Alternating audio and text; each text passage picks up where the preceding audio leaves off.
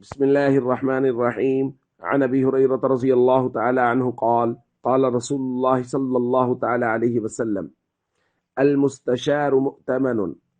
رواہ ابو داود۔ نبی کریم صلی اللہ علیہ وسلم نے ارشاد فرمایا، جس سے مشورہ طلب کیا جائے وہ امین ہوتا ہے، یعنی وہ صحیح اور درست مشورہ دے۔ اگر وہ غلط مشورہ دے گا، جان بوجھ کے غلط مشورہ دے، یا اس کو پتہ ہے کہ میں اس فن کا آدمی نہیں ہوں لیکن پھر بھی بس اپنا اٹھا سٹھا مار دے اور بغیر تحقیق کے مشورہ دے دے، تو دونوں صورتوں میں اس نے امانت میں خیانت کی ہے۔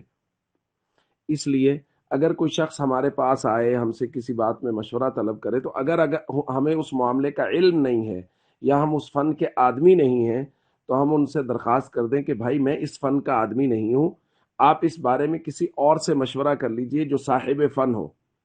اور اگر ہمیں اس بارے میں علم ہے تو ہم اسے پوری طرح سے جتنا ہمیں علم ہے ہم اچھا مشورہ دیں، صحیح اور درست مشورہ دیں، تاکہ یہ جو مشورے والی امانت ہمارے سپرد ہوئی ہے یا وقتی طور پہ ہمارے ذمہ لگی ہے،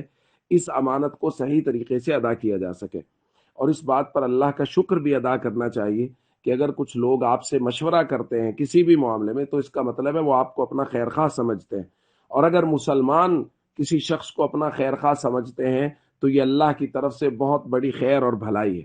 اس لیے ہمیشہ اگر آپ سے لوگ مشورہ طلب کرتے ہیں تو اللہ کے شکر گزار رہیے۔ میں اور آپ اس بات پہ اللہ کا شکر کریں کہ لوگ ہم سے مشورہ طلب کرتے ہیں، اور اپنی وسعت اور بساط کے مطابق بہت اچھا اور بہترین مشورہ لوگوں کو دیں، اور اگر ہم اس بات کے بارے میں نہیں جانتے جس کے بارے میں وہ ہم سے مشورہ کر رہے ہیں، تو بہت کھلے دل سے معذرت کر لیں کہ ہمیں اس بارے میں علم نہیں ہے، آپ کسی اور سے مشورہ کر لیجئے۔